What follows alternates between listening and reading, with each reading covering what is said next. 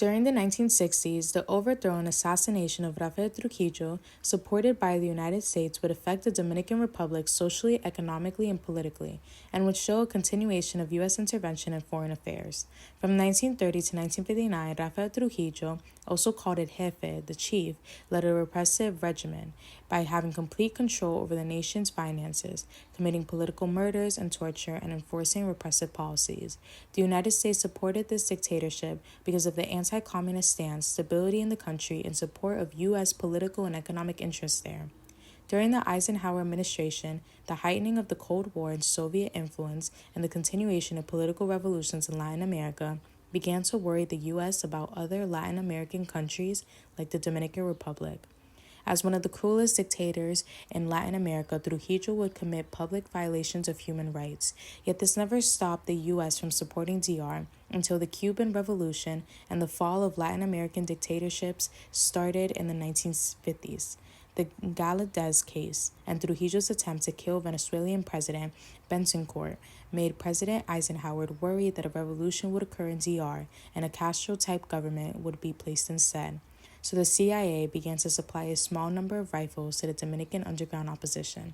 With the help of U.S. weapons, Trujillo was assassinated by Dominican conspirators. After 30 years of strict dictatorship, the Dominican Republic was finally democratically free, and the people had more liberty. Yet this would create both positive and negative effects for the government and society.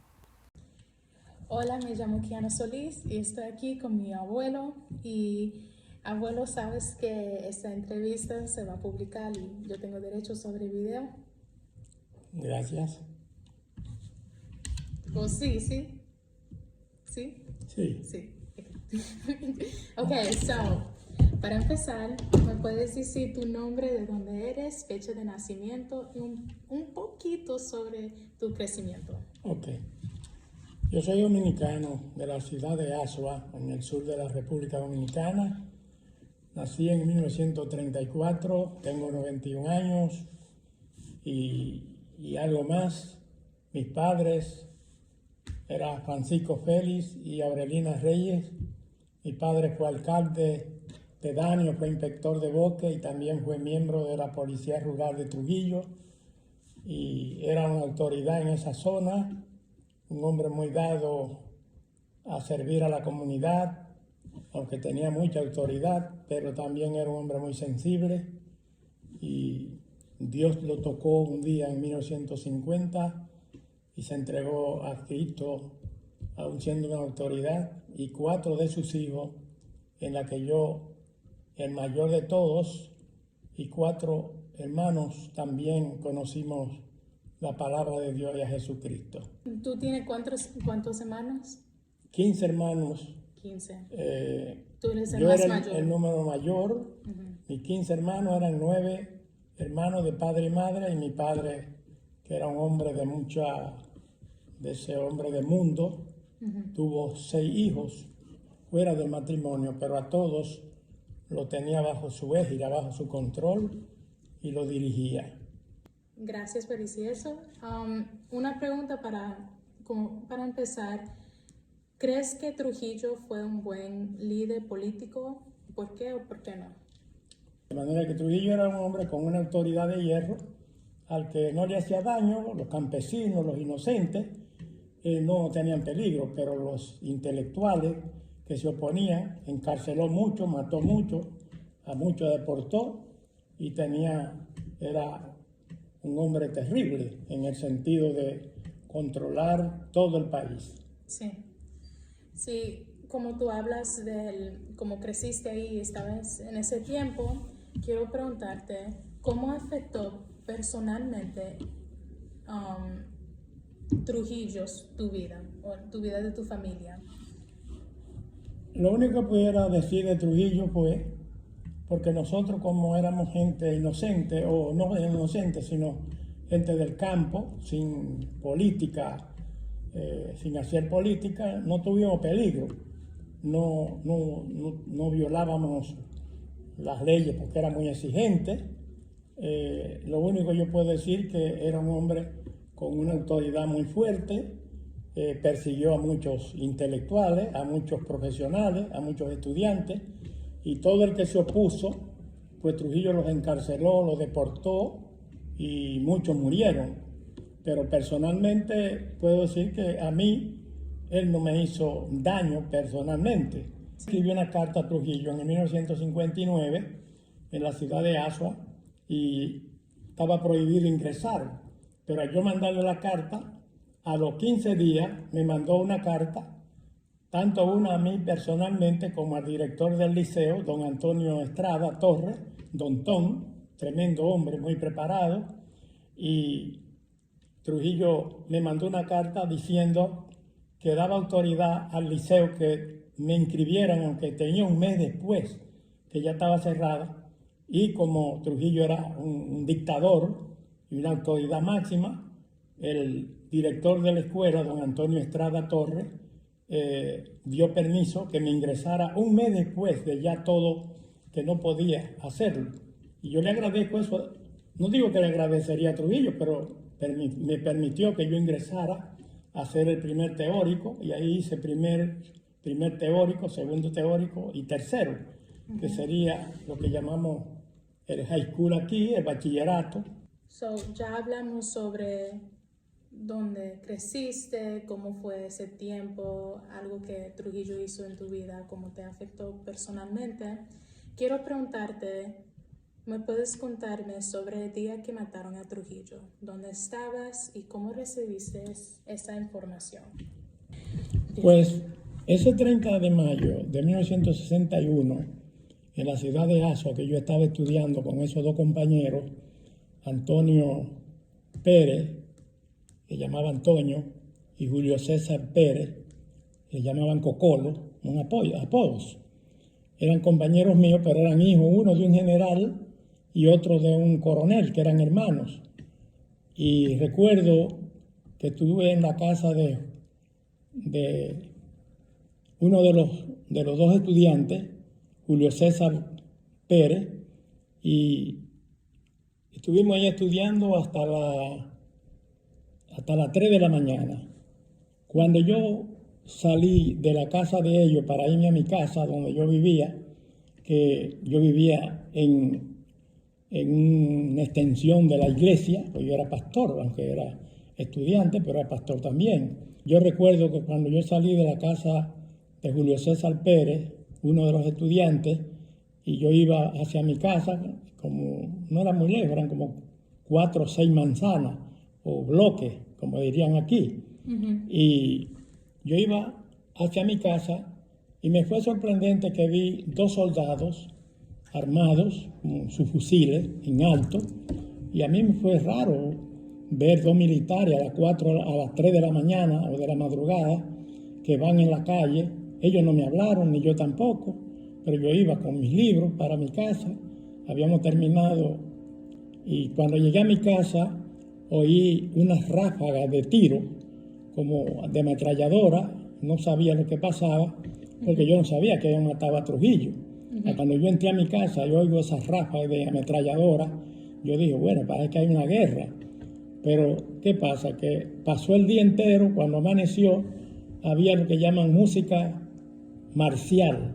Es una melodía que ponen en la radio cuando hay un problema grande, y la música marcial no está diciendo nada, que hay algo grande que ha pasado en el país, que no se sabe lo que es, y nadie hablaba, solo música parcial, no había noticias, solo toda la radio y la televisión no hablaba. Y a las 4 de la tarde sí recuerdo que la planta de televisión anunciaba estas palabras: atención, atención, mucha atención, acaban de asesinar al generalísimo Rafael Leonidas Trujillo Molina. Quiero preguntar, ¿cómo fue la reacción del público cuando se conoció la noticia del asesinato de Trujillo? ¿Y cómo reaccionaste tú? Hubo 2 reacciones. La primera, que la gente muy pobre, sobre todo la gente de San Cristóbal, que eran muy amigos de Trujillo, pro-trujillistas, y esas mujeres le dio lo que llaman esas convulsiones, como la gota, ya le llaman la gota, una convulsión, lloraban, caían, ay, que han matado al jefe, han matado al generalísimo. ¿Estas son mujeres que durmieron con Trujillo? No eran mujeres del pueblo, gente pobre, pero que querían mucho a Trujillo, y como Trujillo era de San Cristóbal, una ciudad que está a 40 kilómetros de la ciudad capital, y ellas eran de ahí, fue lo que más se entristecieron. Ahora, los que eran intelectuales y que eran enemigos de Trujillo, se alegraban de que lo habían matado. ¿En qué se diferenciaba el gobierno ahora que Trujillo fue asesinado? ¿Cómo fue diferente ahora el gobierno? ¿Cómo fue diferente ahora políticos? Llegaron miles y miles que habían estado fuera. Entonces, todas esas lo que hicieron, formaron un frente político. Entonces, en Santo Domingo había lo que eran, allá le llaman de la derecha o conservadores. Había mucha gente, la gente rica y la gente de dinero son conservadores. Entonces formaron un partido. Ese partido se llamaba Unión Cívica Nacional y tenía un líder que aspiraba a la presidencia también en el 1962, que fue cuando comenzó la campaña política. Entonces Juan Bosch, que era otro político, pero ese vino del exilio, como se fue de la República, pero él vino. Entonces era muy liberal, era muy preparado, pero era un político muy sabio y aglutinó a la gente pobre. Todos los pobres, todos los desamparados se aglutinaron a Juan Bosch y todos los ricos se aglutinaron con el de la Unión Cívica Nacional. Pero cuando mataron a Trujillo, entonces surgieron muchos partidos, de muchos grupos. Ahora hay diferentes grupos, no ahora solamente hay uno. No, ya no es uno, son como 10 partidos, pero sí. Los dos partidos más grandes eran Unión Cívica Nacional, que era el partido de los ricos, sí. Y por el otro lado, que era como de la izquierda, más liberal, y de los pobres, era Juan Bosch, que era un profesor, sí. Que vino del exilio. Entonces esos dos partidos, en el 1962, haciendo su campaña, pero ¿qué pasa? Que el partido de Bosch, el partido de los pobres, ganó las elecciones con Juan Bosch. Y el partido de la Unión Cívica Nacional de los Ricos sacó 300,000 votos, pero el partido de los pobres sacó 600,000 votos, o sea, el doble. Y por eso fue que ganó el partido de la izquierda. ¿Sigue? A la pregunta que tú quieras. Ahora no solamente hay un grupo, pero un grupo de Trujillo, pero hay diferentes grupos ahora. Sí, exacto. Ahora, ¿cómo se ve la sociedad? ¿Cómo se ven los pueblos? Ahora, no, exacto. Ahora como no hay una dictadura, hay mucha más libertad. La gente no quiere decir que es más rica tampoco, pero vive más libre. Ya la gente habla más, puede hablar, puede opinar, y no hay trabajo, hay libertad, pero no quiere decir que también hay más progreso, porque ahora hay más universidades, ahora hay más colegios, ahora hay más industria. La misma pregunta, pero los medios, cómo las noticias tuvieron más libertad política, ¿en qué aspectos cambiaron eso?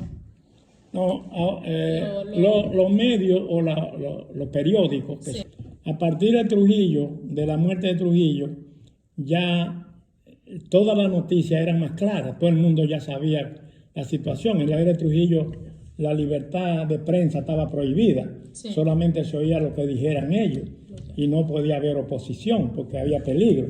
Pero ahora no, ahora hay más periódicos, ahora hay más emisoras de radio, porque anterior no había una sola emisora, que era Radio Televisión Dominicana. Y eso fue controlado por Trujillo también. Trujillo, todo.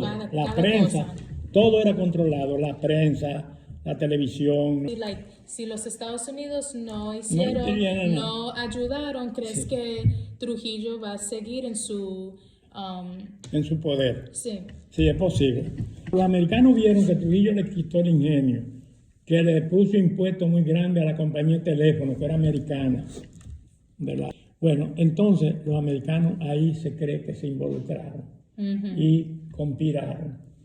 Pero ellos no se metieron directamente. No, pero ellos mandando cosas. Mandando, exactamente. Entonces, ellos tuvieron parte en eso. Así que yo te doy el libro entero, los libros enteros. Como cristiano y pastor, ¿cree que el asesinato de Trujillo fue la única manera de lograr la libertad democrática? Sí. Sí, en la República Dominicana. No, yo sé. Mira, la Biblia dice, bíblicamente, la Biblia dice que el que se alimenta de la espada, la misma espada le matará, le alcanzará. En la justicia, yo como estudié leyes, hay la justicia humana y la justicia divina.